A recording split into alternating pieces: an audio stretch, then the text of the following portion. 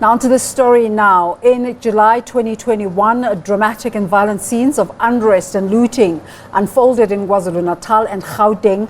Many people lost their lives and the cost of the damage was in the billions. Malls and several properties were affected. We get an update on the latest developments since the incidents occurred. For more on the story now, let's cross to our colleague Mbalenhle Mthethwa, who's at the Jabulani Mall in Soweto. Jabulani Mall, Mbalenhle, was one of the scenes of the looting, and it went on for quite a while. How's it doing as we speak? Okay.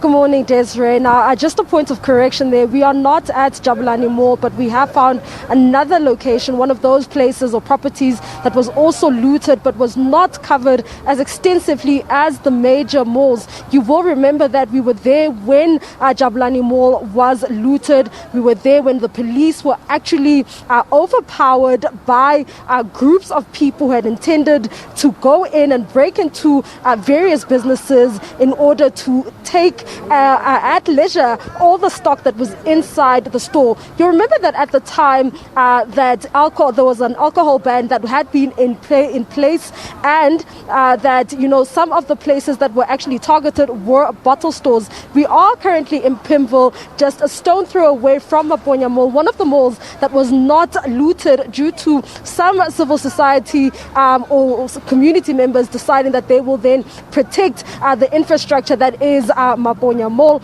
We understand that when when Jabulani Mall was actually was actually looted, people used a picket-up truck. They hijacked a picket-up truck to actually bulldoze the gates, which had been closed, and police had been working for hours trying to contain the crowds and to prevent the crowds from actually going in. This is not the only story where police officials or law enforcement agencies were overwhelmed by ordinary South Africans who were trying to actually break into places. There is another mall just not so far away from here in Soweto, it's called the Ndovaya Mall, where 10 people actually died from a stampede, where people had been looting, where looting had taken place. We were there a little earlier on. We spoke earlier on in the week, and we spoke to the center management there and the people who were responsible with regards to protecting the mall. They were saying that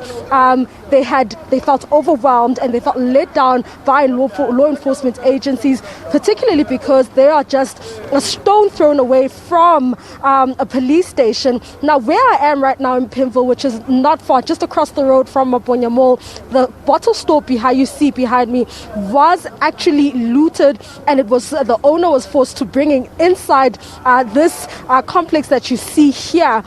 So there are a number of smaller spaces, smaller complexes, smaller shops that were also looted. It wasn't just the big shops. I remember at some point we were standing by while there was a briefing to cross, and we watched a whole shopping center being looted, and while residents tried to get cash out of an ATM. These were the events that actually took place. But when we went back into the very same communities to discuss the events that unfolded last year, some of the comments that we have actually gotten is that people are calling on the president to give an assurance to South Africans that an incident like this or the violence that we had saw last year will never again be seen in South Africa. We understand that a lot of people lost employment, and some companies are still rebuilding themselves, and some have still not opened since then. We understand that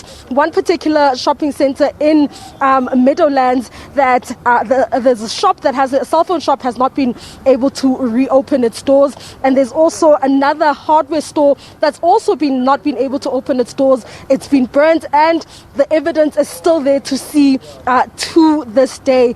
I had with me a guest, but due to unforeseen circumstances could not join me, and that is the owner of this very bottle store that is not so far away from Maponya Mall that was also looted. And as you know, that after an announcement that the alcohol ban would be reinstated, people then went on a rampage. We've spoken to political analysts who've spoken about and bemoaned the fact that the unemployment levels in the country actually created fertile ground for people to actually go on that rampage and start looting, because you had masses of people who were unemployed, who had nothing to do during the day, and that seemed like an opportunity for them to at least get basic goods, because also among those other shops that were targeted, these were retail shops like your ShopRites, your Pick n Pays, your food stores, where people went in and got as much as they could get, and these were all basic goods. So that is the situation that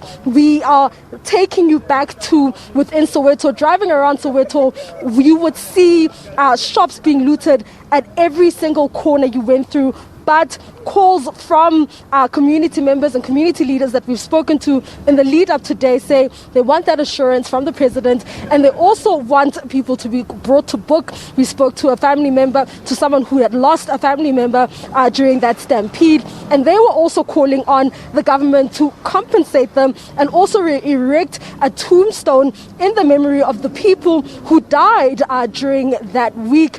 We've also had a political analyst speaking about the fact that ordinary South Africans were actually collateral damage in internal party politics, and saying that, you know, when there is instability in the ruling party, it tends to spill over to the rest of the country. Now, that is also part of a story that I have actually put together, and you will get to hear those views being shared by political analyst Dumsani Tembe, who spoke quite extensively about the violence that ensued and what they want to hear the president addressing, and the strengthening of security forces to ensure that the events of last year do not happen again.